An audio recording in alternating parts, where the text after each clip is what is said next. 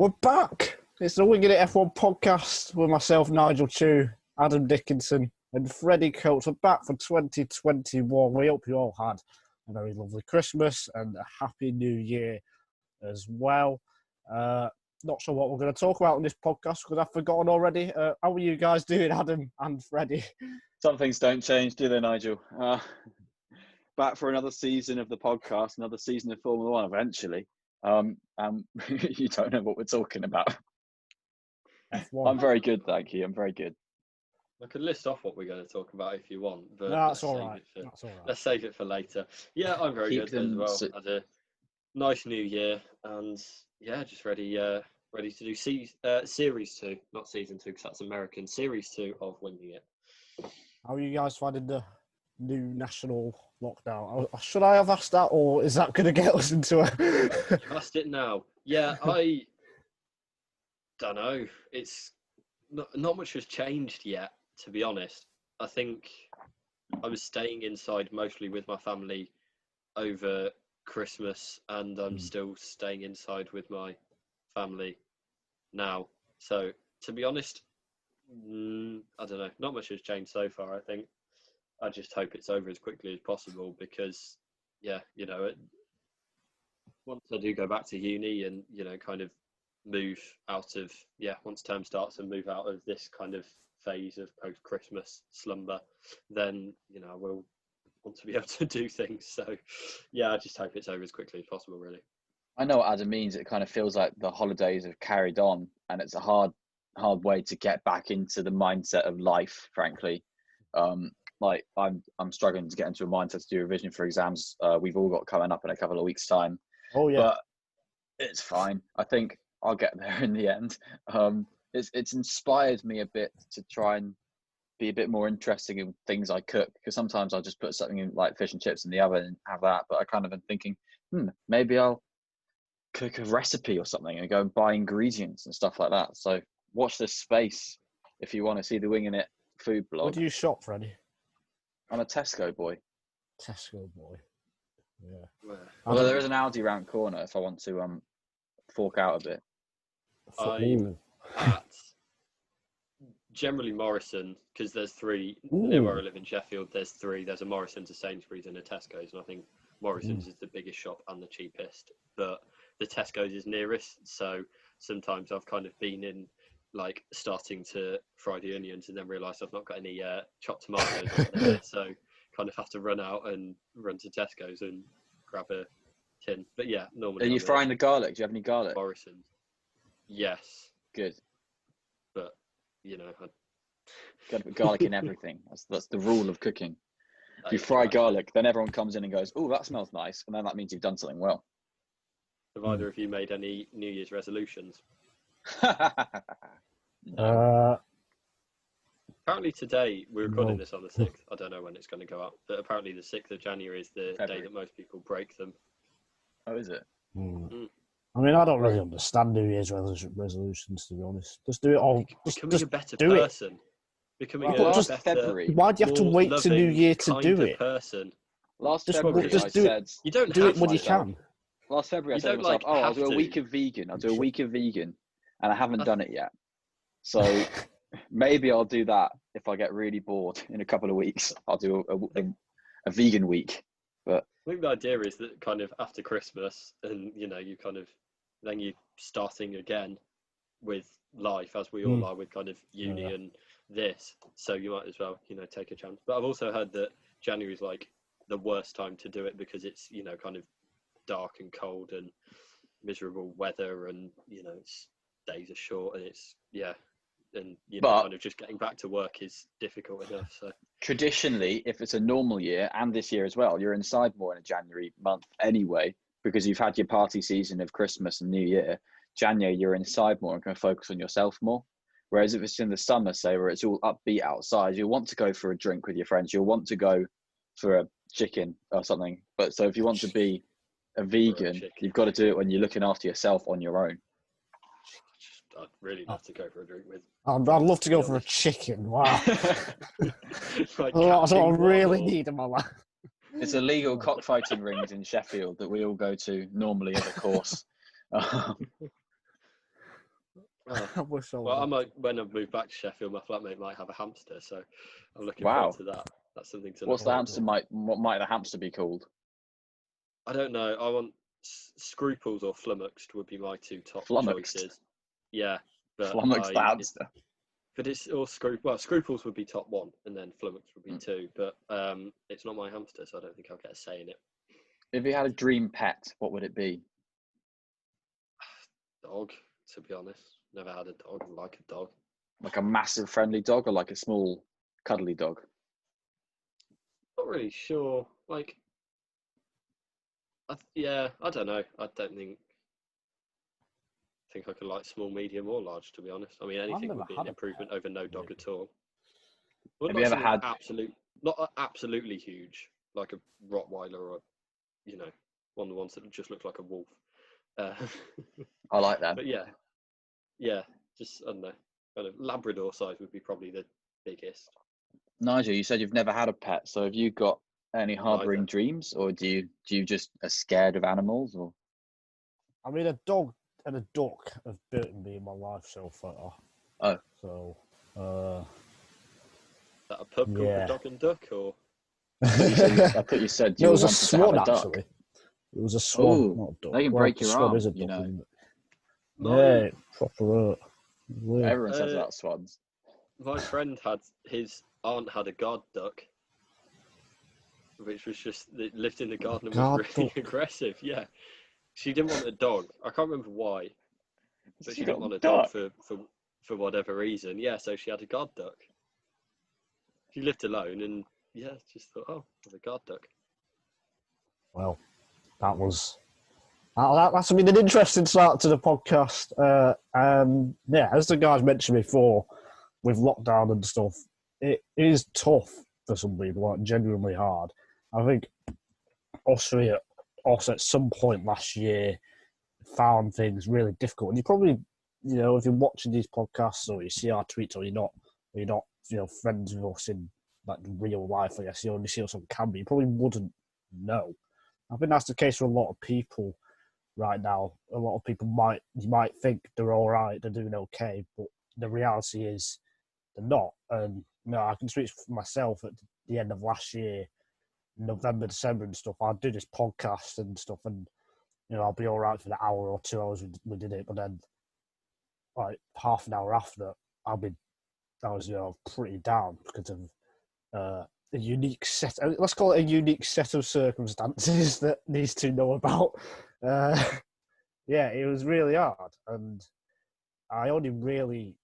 things only really started getting a bit better for me probably about 2 weeks ago. So there was a good 7 or 8 weeks where, for me, I was really down, and I was one of those people who've never really suffered from mental health, and I'll probably feel I only probably heard about it 4 or 5 years ago, which I think is quite late for our generation, and I never thought I would suffer from it, I guess, but it was definitely last year. I learned a lot, and I think with this lockdown and things going on right now, there'll be a lot of people who are in a similar position to me. So, I don't really know where I'm going with this, but things are pretty hard right now, aren't they, guys? Yeah, I think I'm the same. I've said this lockdown so far, I've not really had anything. It just kind of feels like an extension of Christmas, but certainly last year, kind of the first lockdown was quite tough, and I think for me it was kind of stemmed from being unproductive with uni work and kind of not getting that, but not just kind of not wanting to do it. It kind of felt paralytically unproductive, and I felt I couldn't get it done, and then that would kind of affect everything else that I did. And to be honest, I kept it pretty quiet, and I don't think a lot of people knew about it really until I kind of went out and actually told people. And same with both of you. I kind of see you tweeting stuff or kind of talking to you both on this, and it kind of looks like everything's sorted and everything's fine, and it's kind of only as the years gone through that actually you find out that it's really not. And so yeah, I would just say from my point of view, kind of talking to someone, having someone that you can talk to, because for me last year I kind of went on for genuinely, it felt like a month or 2 months or so, kind of not wanting, just kind of telling myself, oh, tomorrow it'll be fine, next week I'll be fine. And it was only actually kind of when I stopped, and I remember kind of just one night it was like lying in bed and thought, I can't do this anymore. So I just kind of wrote down everything. I've got the notebook here actually. And yeah, just kind of spent about an hour writing everything down on that, and then kind of next day, told parents and told someone on the course leaders, and that kind of really improved it for me and just helped me kind of reset and get what I needed to do kind of done in the short term, and then be better going into the long term. So I'd just say definitely do that if you're feeling like that. Yeah, that's brilliant. I found it really hard to talk about as well, and you're definitely right there, Adam. Once you talk about it, even if you talk to it about with a stranger or something, it genuinely, it does help. And as long as people are there for you, which I'm sure everyone, there's people who are there for them, then just be there for someone when they're ready to talk about it. Yeah, Freddie, have you got anything to add? I've got very similar things to add to what you guys have said, really. That I was speaking to Adam just before the first COVID lockdown came into force, and we'd all known each other from about September when we started university, 2019, and I had a really rough time with starting university, really rough, because it coincided with some really big personal parts of my life. That then starting university just times that by a million, and was just basically forced that on ahead into my head so much that whenever I was alone in my room at university, I would spiral down. I'd see one tweet, say, and I would just nearly collapse and panic attacks and stuff like that. So, and I only really told one person about it, but when I did tell them about it, it really helped. And then I told my parents about it, and that really helped. And I told key people, and I was really able to pick up from it and was on a kind of upwards turn from there. And I remember speaking to Adam about it, because I hadn't spoken to him about it at the time. And he had no idea anything was up, because I held up such a pretense. I held up such a facade in my life that everything was good. And for the most part, lots of things were good. And like you say, Nigel, going onto the podcast and having that release was fantastic. It was really great to have that kind of opportunity to ignore. But rather, I became the kind of person who would clutch for opportunities to ignore rather than trying to open up. And I was trying to push it down rather than bring it out. And when I brought things out, it's been much, much better for me. And it has been much more helpful for my mental health personally. And I had these issues that I had have carried on all this year and up until the past month or so.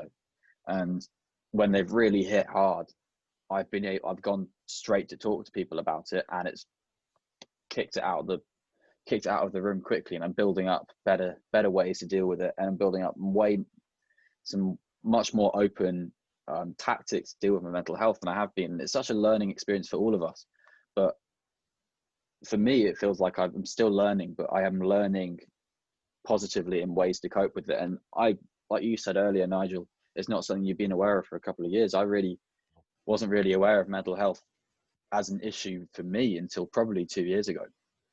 And then I would look back and go, oh, well, I did have really bad mental health for the past 10 years, basically. For this bit was awful, this bit was awful, this bit was great, but fluctuating all over the place, and seeing examples of where like I've flipped and just kicked off and that kind of thing, where things, come to a head and come to a point. And people don't put that down as mental health, they just put that down as life. But life is mental health, and dealing with mental health is life as well. So there's a lot to be said for opening up, and like you guys have said, we've all found ways of coping in getting help from other people, and be it just friends. I've not sought professional help, but I've found help with friends and family who it's not a burden to talk to them because they care about you. I always thought I was burdening people if I spoke to people. But then I took a step back and looked at it and thought, hang on a second, I want them to speak to me. Why aren't they speaking to me? Why aren't they speaking to me? Then I realized, oh, because I've been in their position and I wouldn't want to speak. So there's a lot to be, so it's about feeling comfortable to speak to people, but also being that person who someone can be comfortable to speak to. Yeah. And I think there's a lot to be said for having that approach. Absolutely, yeah. I think people understanding, realizing that everyone reacts differently to situations, and for some people it might take 2 weeks to get over. For some it might take 2 years. But yeah, I think my biggest. If I could go back to how I don't want to go back to how I was, but if I was, I would. I wish I'd told more people about it, because I remember I put out a tweet once in early November, and some people messaged me, which was really nice. I genuinely really appreciated it. I wish I always told them, even though I wasn't really that close with them, but I knew them and stuff. I wish I told them, just because you never know what they might say, what advice they might give, and that one bit of advice, that 2 seconds of them saying, or one message, that might be all it takes to trigger something in your mind mentally to say, "All right, yeah, I didn't think about that kind of thing." So, yeah, I think speaking to as many people as you can is definitely the big thing, and time as well. Just time is a healer, no matter how long it takes and stuff. So, yeah, is there anything else anyone wants to add? No. I don't think so. I think, yeah, time is a healer, but don't rely on time. Yeah. Time will come, but you can fight for yourself in that time as well. Absolutely. Yeah, I think The risk of being a cliche, but. And I guess also, it's just like change. I think change is what did it for me. And from going from school, where kind of everything was scheduled within the day, and then in my own scheduled time, I didn't really, I had homework and all of that, but I didn't kind of have to do stuff outside of that so much. And then going to uni, where you simultaneously got a lot less scheduled teaching, and within the kind of 9 to 5, 9 to 4 day, you've not got so much, but outside of that, in your unscheduled time, you've got so much more kind of living and working. And then adding COVID to that. So yeah, I think just kind of when there's change, or thinking about being prepared for that, because I know I definitely underestimated how hard coming to uni would be. And I think, yeah, just kind of being prepared for that. And obviously what we've all said about talking to people as well, sooner than, as soon as you can. Yeah, definitely. Times are tough. And if anyone, and I mean this, if anyone is listening or watching and needs someone to talk to, I would happily, and I'm sure Adam and Freddie would as well, I would happily, message you or whatever to talk about it. Even if I'm not close with you or whatever. And we generally all mean that. It's going to be a bit weird moving on to F1 from that. But we're going to, because we are an F1 podcast. There's not been too much news in the last 2-3 weeks since the last podcast. So the Australian Grand Prix will be postponed, apparently. Not been confirmed yet, but I'm pretty sure it will be. Yeah. Do you guys have any idea when it's going to be? Because I'm looking at the calendar and I'm thinking, what on earth are they going to fit it in? I think it will go, if it happens, which I think the promoters do you think it will happen? I think it will happen. I think the promoters are very, very, very, what's the word? I'd say adamant to hold the Grand Prix, and they've been better this year in that they've actually had a serious conversations a few weeks before the build of the circuit even starts at all, to actually talk about the actual scheduling of it. And they've been better with their discussions with Formula One and the Victorian government than they were last year. They weren't so bolshy and ignorant. They've actually thought about it this year. And I think we need to take a second to say, yeah, well done to actually postponing it 3 months in advance, not a day in advance. And I think if it's going to go in anywhere, it should go after Japan.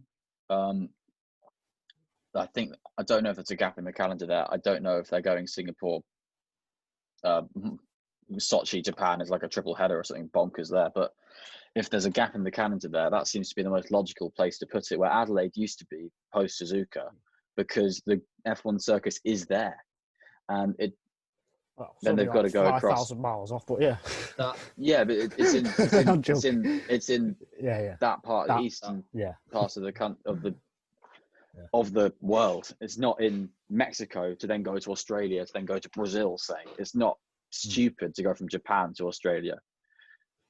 If it does go in that gap, it will be Sochi, Singapore, Suzuka, Australia, Kota, Mexico, all in a row. Oh dear. I think they can feasibly move Saudi Arabia and Abu Dhabi back 2 weeks, 3 weeks. I think they moved that back 2 weeks and then put Australia where Saudi Arabia is now. And if you move Saudi and Abu Dhabi back 2 weeks, that's what I would do. Yeah, I think that's what that sounds about right. It's kind of not something I've really, up until the 2020 season, which was my first kind of covering F1, kind of reporting on it and being, kind of aware of all the practice sessions, not just kind of the qualifying and race day. Oh. It's like, even just the double and triple headers were like, a lot, and it's kind of weekend after weekend after weekend.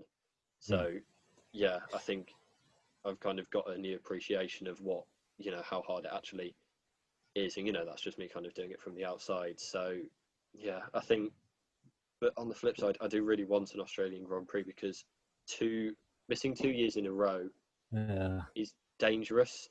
There's a lot of Grand Prix that have kind of missed just a year, and that's kind of a precursor to them moving on or being weakened or whatever. And I don't know, I've not heard anything about it, but it's it's just a kind of worry in the back of my mind that 1 into 2 is bad, 2 into 3 is even worse. So yeah, I really hope there is. I really hope there is an Australian Grand Prix. I think 2 years missing is dangerous if you're a Grand Prix like Brazil, which is very tentative on its finance normally. But for Australia, I think they're a bit more, as a country, it's a bit more, we want a big sporting event, we want a Grand Prix, and there's been a Formula One Grand Prix every year in Australia since the late 80s, apart from last year, and that wasn't for lack of trying. So I think Formula One doesn't need to worry about Australia for the next 10 years, but in my opinion, I think the short-term safety should be the priority, and I think they actually are taking that into account now. Yes, I think you're right. So I'm just going to tell the audience this is part 2, because the Zoom only lets you record for 40 minutes. It's really annoying. So Zoom, please let us record for longer. I'm going to cut that out because we only recorded for 10 minutes of the first one. So I just think, what do they do for half an hour of the first Zoom? So start again. Well, Nigel slept. That's what he did. Yeah, we can leave this in. Oh my God. Let's carry on. We're leaving this in. No, we're not. Yes, we are. We're leaving this in. I have the power. No. This is the audience. This is what the audience wants to see. No, it's do you ever not. think about on Top Gear or whatever, when they'll do something and then they'll go edit that out? And do you ever think about all the times when they do that and they just do edit it out? They just don't include it. Yeah, is that people Every want to day. see It keeps all me up at 20 night, hours Adam. of Jeremy Clarkson. People want to see all 20 hours of Freddie Coates and Adam Dickinson. We're going to leave Don't this in. compare me to Jeremy Clarkson, please.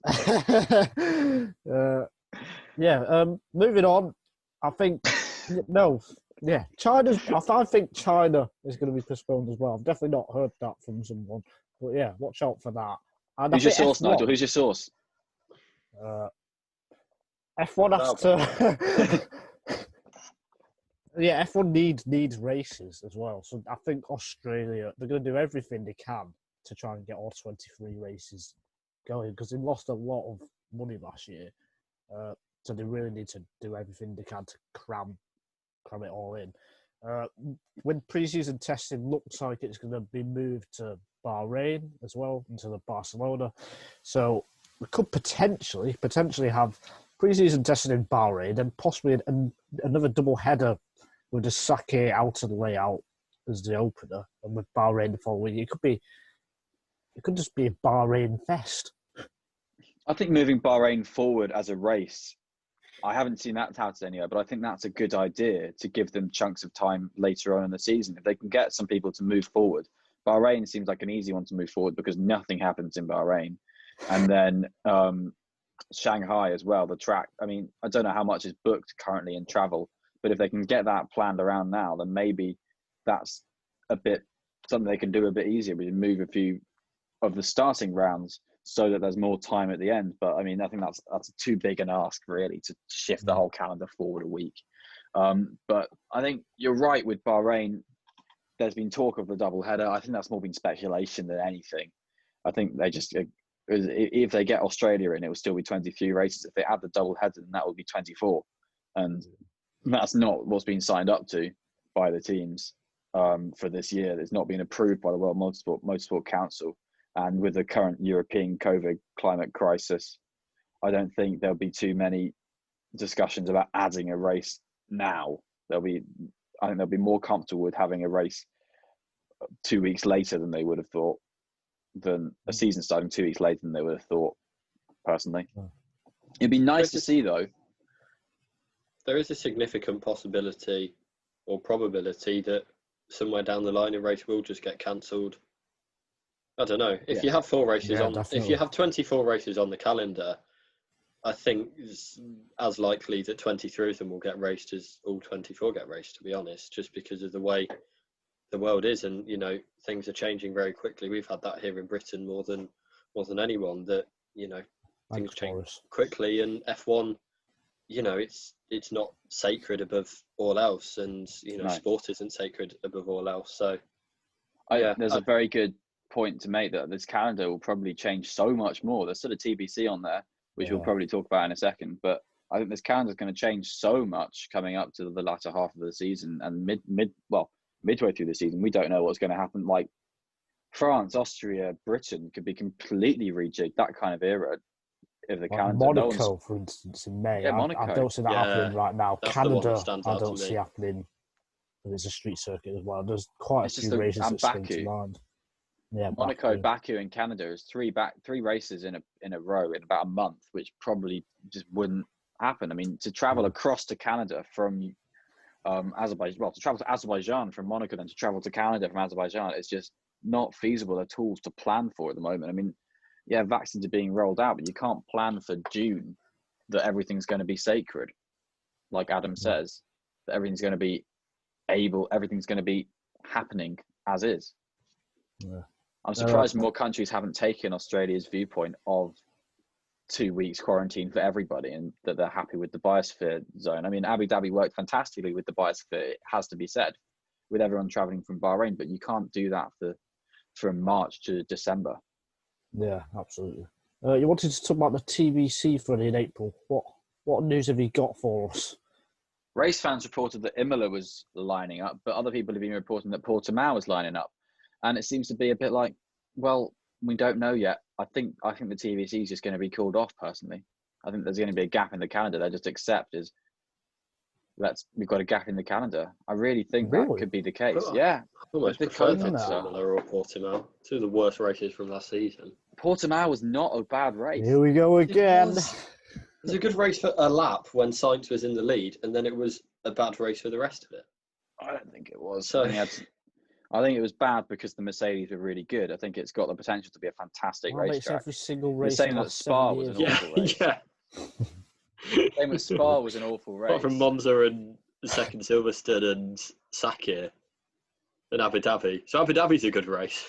Because Mercedes were bad, but that's not the Austria point was a bad one.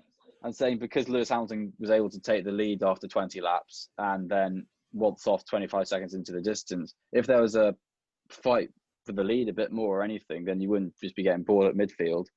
And who knows, Portimao could be the track of the year in 2022. It's that kind of thing. Spa was not. It's really 2021. bad. It's crucially. The difference between Portimao and Imola was that Imola was bad for racing because the cars couldn't overtake. Portimao was because of the disparity between the performance of the cars. Portimao could be really good in the future with cars that are closer together. Imola not so much, I think. But they're not going to be closer together this season. or it's doubtful that they'll be closer together this season. But it's a contract for future years as well. Yeah, I don't know. I just think for this year, I don't know. I see a different Nürburgring would be quite fun. Istanbul, maybe Hockenheim, bring that back. Istanbul, yeah. I think Istanbul's Malaysia, my favourite. bring Malaysia back. But yeah, just not Imola and not fan of Portimao either. Sorry. Yes. There we go. That was a mini debate there. Not quite to the usual standard, but yeah, that was our first mini debate. It's all right. We've got one on race times coming up, so that'll be blockbuster. Everyone will get bored of that. I think everyone's bored already. Thanks. News that Lando Norris tested positive when he went to Dubai this week. We obviously hope he gets a lot better. And There's quite a lot of people in Dubai, isn't there? Everyone goes, yeah. In every sphere as well. It's not like not just F1. Yeah. It's just celebrities. If you have an Instagram following, you're in Dubai. Yeah, exactly. It's literally that. Are they invited there? I don't know. Yeah. Yes, it's warm. It's warm and it's not too far away at the moment. I mean, yeah, I would if I could. To be fair. 4 female French or US footballers tested positive and they were in Dubai as well. So I think Charles Leclerc might have been there as well. He was there, but I don't think he's tested. Yeah, he hasn't announced anything about it, if he has. Yeah, so Leclerc. Hopefully Norris gets better. I guess if there's a time to have it, and if you're going to be all right, now's not a bad time. I guess before 12 weeks before the season, 10 weeks. All right, Helmut Marko. No, if you're going to have it, I'd agree with that. Now. You're right. You're right. It's the best time to have it from a sporting perspective. If you are going to have it, obviously it's best not to have it. But definitely, yeah, you're right. It's better to get it out of the way, get it over and done with. Just like most things in life. All right. You can enjoy some of the things if you want, but no, get it out of the way. I'm going to go to the cinema to see this film. Let's get it out of the way. Let's get this podcast out of the way. Oh, God. Oh, look, let's go out for dinner. No, let's get it out of the way. The Nigel Chu Wigan lifestyle. It's not my lifestyle. Then the other big-ish, it's not that big, the other important news is that Williams and Mercedes... What are you laughing at, Freddie? It's kind of big. Who knows? Make your mind up, not like guys. Lewis Hamilton's retired, is it? It's not like that big. Or has he? I mean, we'll get onto that. Whoa. Williams and Mercedes are getting closer.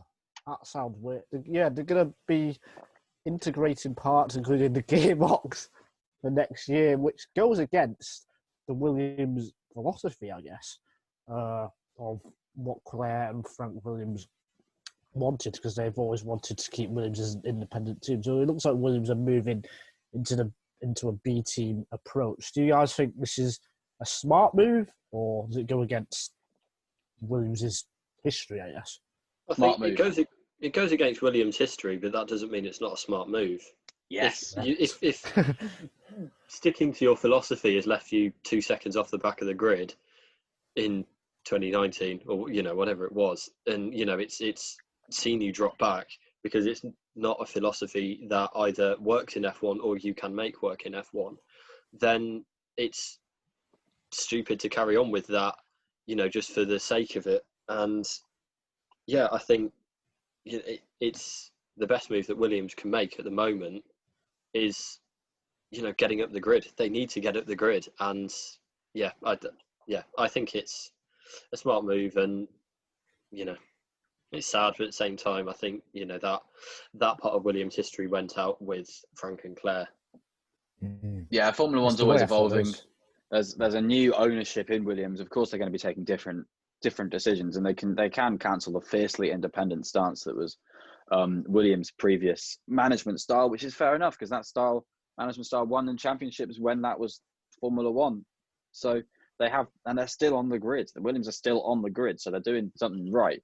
But this will take the pressure off Williams financially a lot more to have this relationship with Mercedes. We don't know if it's been pushed for by Williams or by Mercedes, for instance, but it will definitely give them closer ties for one of the best for the best Formula One team of all time, basically, which is not a bad decision.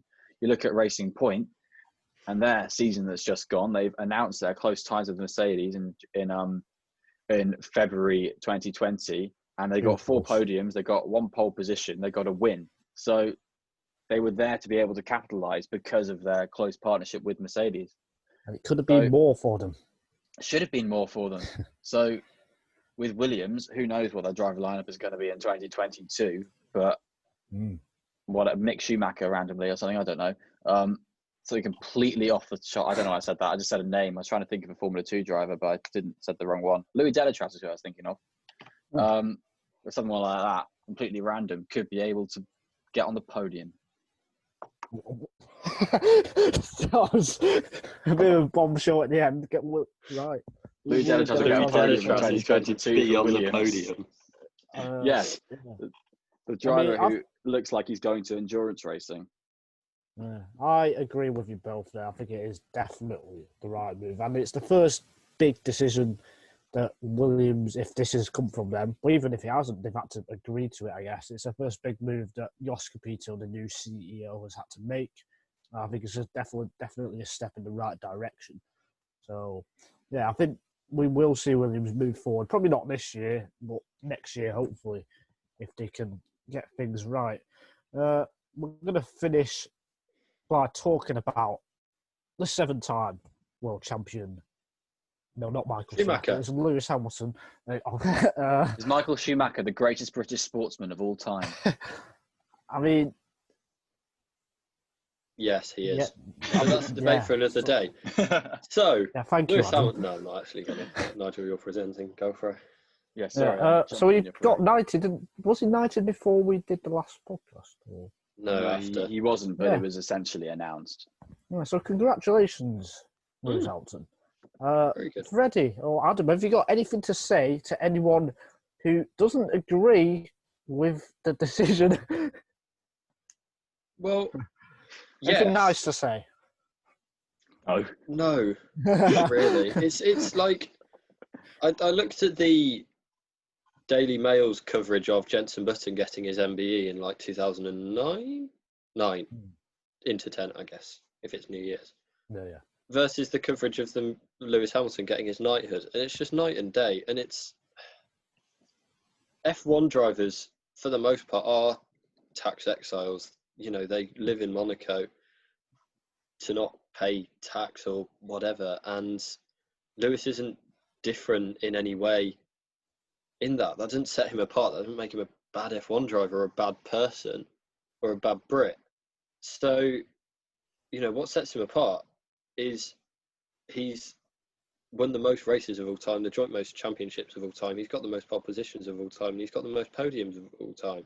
So to not recognise that by knighting him would just be farcical to my mind, to be honest.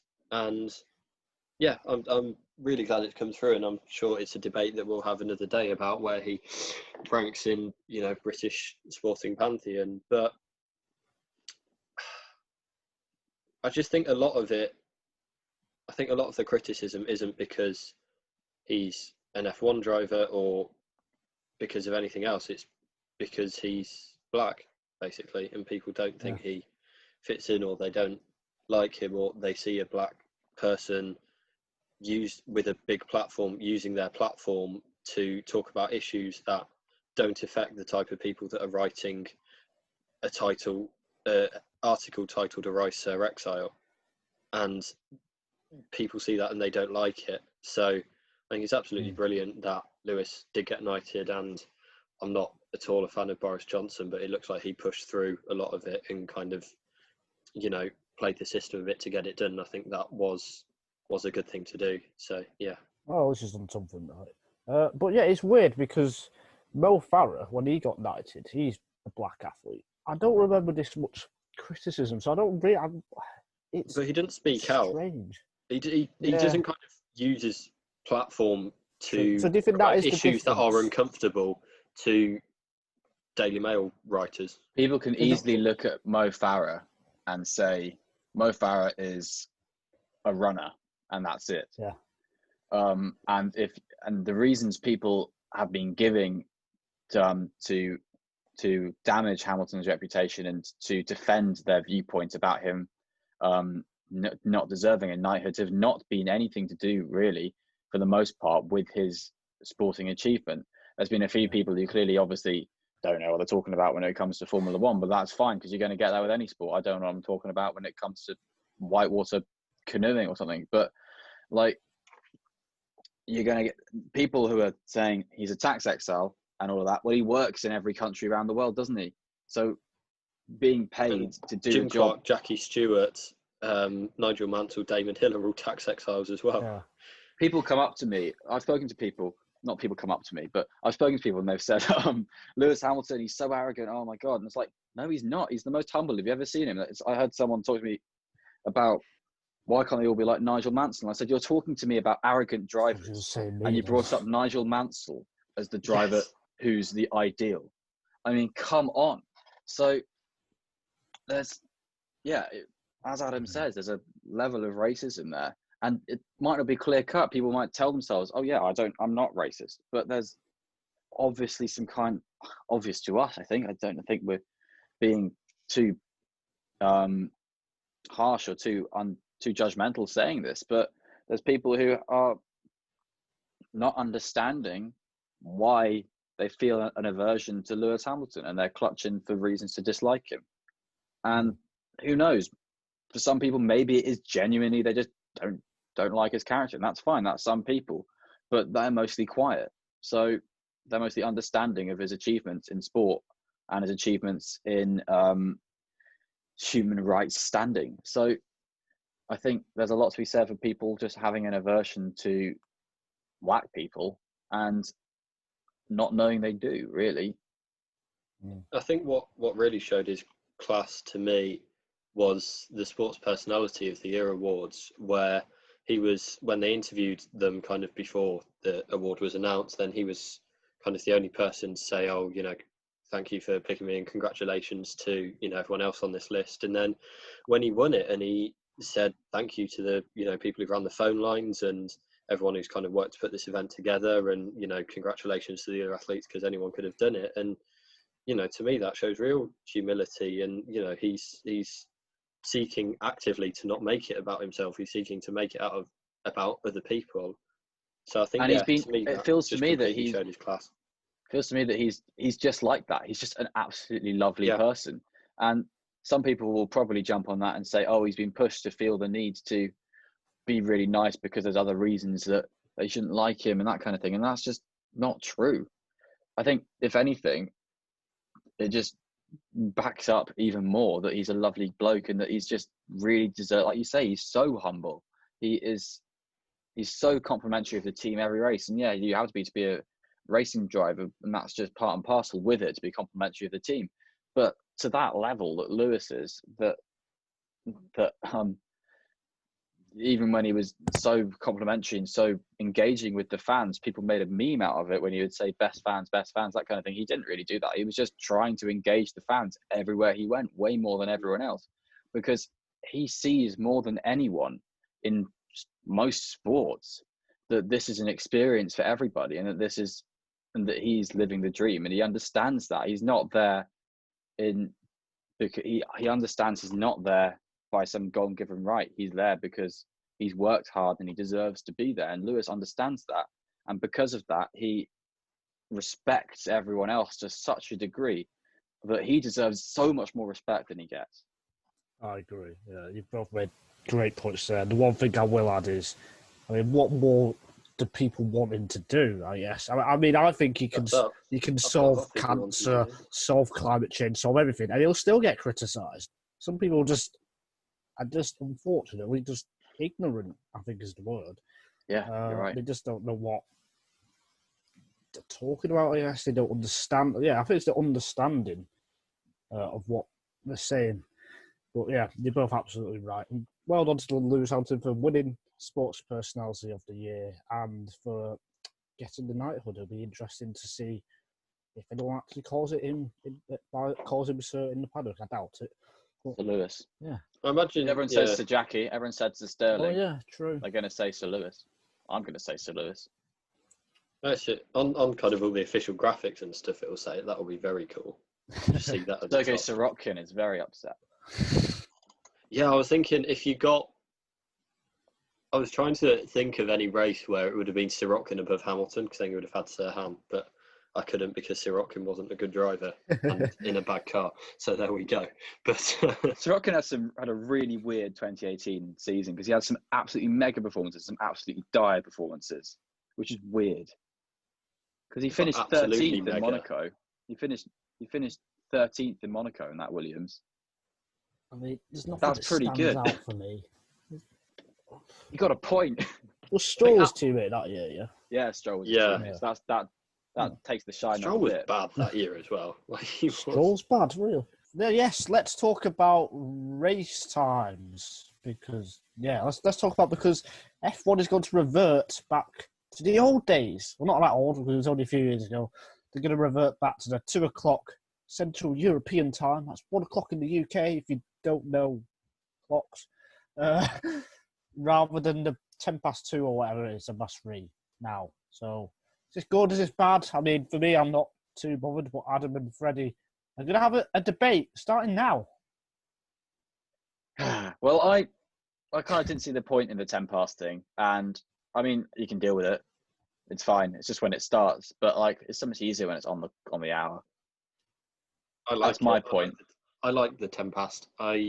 Because like with anything, it's nice to get in, watch the last bit of build up before it starts. So you catch a bit of that. You start watching on the hour, you catch a bit of that, and then you get the start of the race. And I quite like that. I just think it's a nice optimum level. It gets you in the mood a bit. You don't just sit down on the hour and boom, it's the crash on the first lap, and you're like, oh, what's happened? I don't know, because you've not watched the build up. So by doing it like that, I just earlier then. Well, getting a bit later if you want to watch. If you just want to watch the race. I think for me, this is obviously 21st world problems. I want it all to start as soon as possible because I'm been looking forward to this. It's been a build up since Thursday. I've been looking forward to watch the practice sessions. I've watched all the, not quite, but I mean, like it can start at like 2 or it can start at 5. But like if it starts like after I've watched the build up for Sky for like an hour and a half, I don't want to watch it for another 10 minutes. I want to get to it now. Come on, that kind of thing. I mean, yeah, that's my opinion. I kind of just want it to happen quicker. And it seems more logical to have it at 0:00. It's just cleaner. And it really makes no difference, but who cares? No, I don't know. I might have to boycott the season because of it, to be fair. But applications are now open for another spot on this podcast. A permanent role for Adam, who's boycotting the season and can't speak about anything because I'm going to come on. I'll just come on the podcast and sit here, not say anything. I'll just be here. You'll be a devil's advocate on everything. You'll be like, actually, I thought it was a really boring race when Nigel and I come on sweating after like loving it. That's true. Adam would just chime in like, "Oh, what's Alex Albon doing these days?" Oh God. In like August. No, just have it. Just have it at 10 past. It's just nice. It's just nice. You have it at 10 past. It's better. It's and now they've just changed that. It's unique as well. It sets it apart. It's like right in the middle. It's like afterwards. It's a bit like it's dinner time now. So. What do you mean? What? So if you start at 2, then it's not dinner time. But if you start at Nigel's meals. Nigel has a very strict dinner time. It's 9 minutes past 4. Because of that extra 10 minutes, then it runs over. No, I can't watch the end of the race now because I've got to go on dinner. That'll be quite funny. Just have it at 10 past 2. It's better. How do you deal with like US Grand Prix for bedtime, Nigel? Not to be fair for Americans, this doesn't help them in a way. They're gonna have to get up 10 minutes earlier. It's an hour and 10. It's an hour and 10. Yeah, it's an hour and 10. It's not just 10 minutes. It's 1 hour and 10. Oh, thank God! We're not on Australia then. Don't care about the hour at all. Just the 10 minutes. So it helps Australians, but doesn't help if you're in America or Canada. I mean, thank God we're not going to Australia for us. It doesn't help us. And it also means the Channel 4 highlights will be on a bit early, so it helps them as well, in a way. That's good, actually, yeah. But not... That's settled then. It's good. Let's move on from this mundane, pointless debate. Yeah, it is pointless. Yeah. Adam? Wait, how does it? It will still It's be an the hour same and 10 time gap between the race ending and the. No, Channel it's 4 an hour. highlights. It will But if be the an hour race early. started, if the original race broadcast was an hour later than what it will be now, then the highlights gap will be Oh yeah, the hour. an hour one. later. But I don't care. Yeah. The hour can do whatever. I'm not. It's Well, just tell 10 them you minutes. don't care, and they'll just say, "Oh, sorry, Adam doesn't care." Actually, Well, no, I don't mind either way. I'm not fussed about the hour. it's You can instigated move by the it around TV all you want. companies, and the TV companies, I think, have basically come up with some thing saying like, "Oh, people come on at 0:00, then turn off and don't turn the back on reason again because for there's no race." The reason for it is the teams. They can start packing up earlier and stuff, which will help for triple and double headers. Oh, I is it? think Oh, it's a okay, good that makes idea. sense.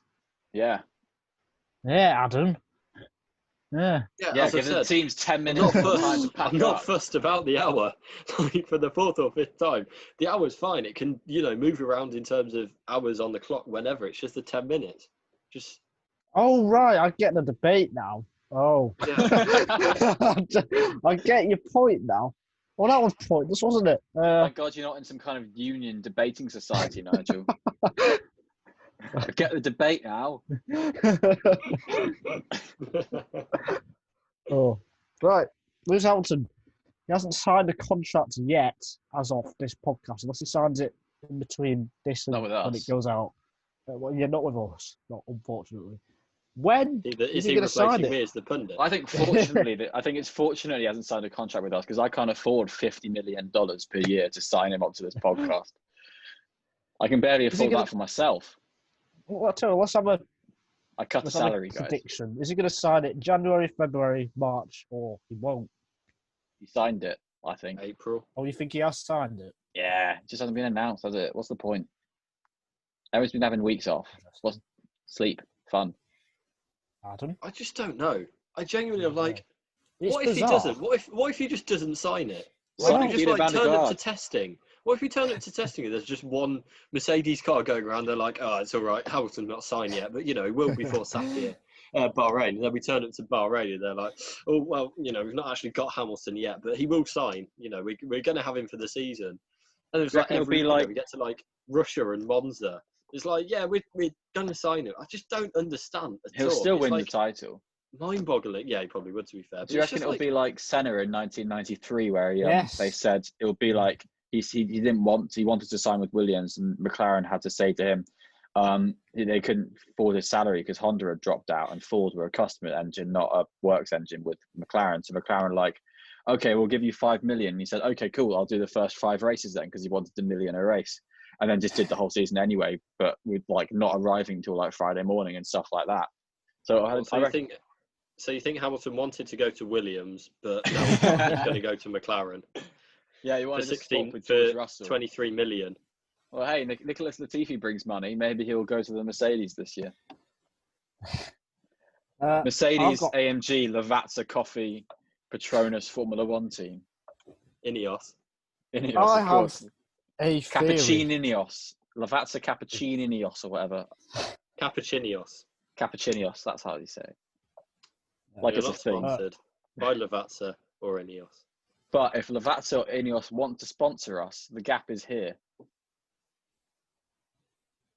Thank you for that brief message from our sponsors, Lavazza and Ineos. Back to you, Nigel. Adam's got off this. Oh no, it's this hoodie. It's not Adam's in fits. I thought. Yeah, I have a theory on this. Could be wrong. Ooh, let's hear your theory. Who's your source? This is just. Is it tartar or mayonnaise? Nicholas Hamilton. Yeah, BTC. Yeah, I think so. Probably about 11, 12 months ago, Hamilton and Toto Wolff, they had, in theory, they shook hands.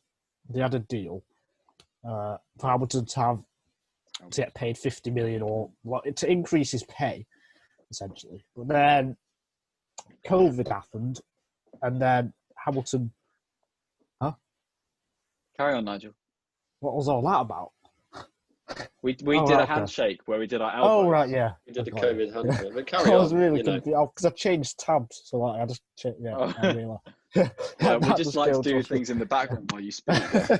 Yeah, then COVID happens, and then Houghton didn't want to sign such a big deal with what's going on financially in the world because it didn't feel right almost. And then Mercedes and Hamilton expected COVID to not be as significant as it was, but it turns out it is. Throw in the Ineos deal as well, which happened in December, didn't it? So that means Hamilton has to please the board of Mercedes and Ineos. He has to get them both to agree to pay such a high salary, if that makes sense. Also throw in George Russell doing so well in Sakir.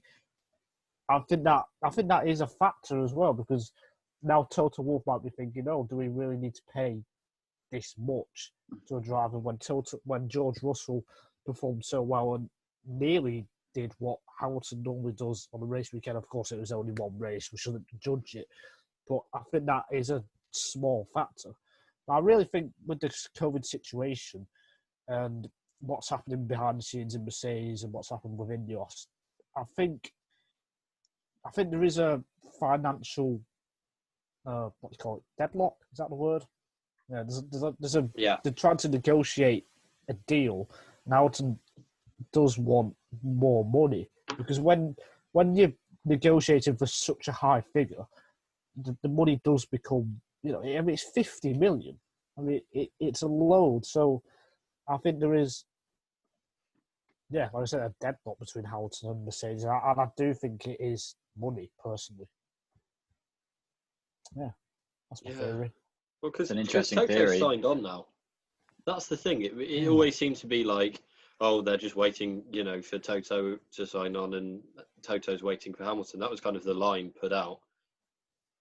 And now he has. It's like, still nothing. It's so. I just find it really bizarre.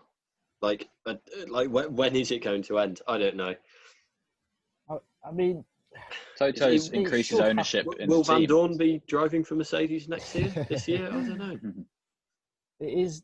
I mean, I can't remember a time when definitely a driver, in one of the top teams has signed so late or re-signed so late. I don't think it's ever happened. It's very bizarre in a way. Especially when they're the reigning world champions, sir. Button and Braun.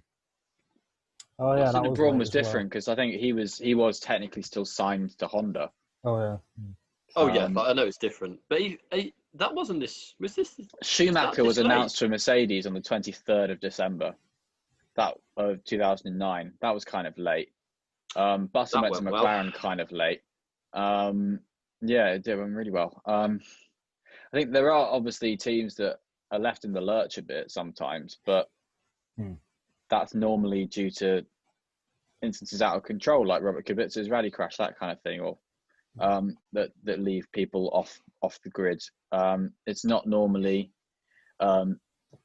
so kind of easy to guess that there's, like you say, Nigel, a financial butting of heads between these two. I'm just speculating, of course. I could be completely wrong, but I just think Mercedes and Ineos have probably offered Hamilton a lot less money than he wants because of the financial situation, the way the world is, and Hamilton isn't having it, perhaps. But I'm just, your guess is as good as mine. Well, he was all but nailed on in an interview with Corinne Chandok around Silverstone. He was all but nailed on and essentially implied that he had signed a contract and that there was just a few finer details to point out. And Karun pushed him on that, and he was quite coy, but he seemed to imply that it was really one thing that was tipping. That was just waiting to sign it, basically. And there might have been changes in the ownership of the team that have impacted. Like you say, he's got to now please Sir Jim Ratcliffe, and he's got to now please more from Toto Wolff, because Toto Wolff now's got a third of the ownership as well, that kind of thing. So they've got more sway. There's more sway from different parties in Lewis Hamilton's contract and salary and so on. So who knows really where this is, but it is starting to get a little bit too close to the 2021 season. Not be worrisome, frankly. Yeah, it would be insane if he didn't compete. That would just be mad if he didn't compete this year. But we'll just have to see. It is a strange one. Bottas is definitely going to vandalise his fax machine. 100%. Like, there's just no way he's like, yes, this is Maybe finally that's his why he chance. hasn't signed. He can't find his fax machine because Bottas nicked it. So he Bottas can't is just send hitting his through it. Wi-Fi with a hammer every single time he tries to sign it. It's genuinely DocuSign. bizarre. So I think now this is the end of the podcast. Congratulations to D. Phillips on winning the F1 Fantasy. Thank you, Adam, for that. We definitely didn't mention that before. Whoever he is, yeah, well done to him. Or she. Or she, sorry, yeah, or she. It's been a weird podcast, as usual. No different to any other episode from last year. Yeah. I forgot how you end these things now. What do you say? You can watch us on all of our channels. So you can see us on YouTube. You can see us on Spotify. You can listen to us on iTunes. Listen to us on our Acast website platform. And you can listen to us on Google Podcasts. You can follow us all on Twitter. There's at WingItF1 for our group Twitter account. There's at FredCoats1999 for me. At Nigel C. Journo for Nigel Chu. And at Adam Dickinson 01 for Adam Dickinson from 2001. And you can see us all there for our random trolling, weird thoughts, and links to articles we write, and so on. So, yeah. That's why Freddie usually presents, not me. Not usually. So... I usually end. Yeah. So, on that note, we'll see you next time, and goodbye. Bye-bye.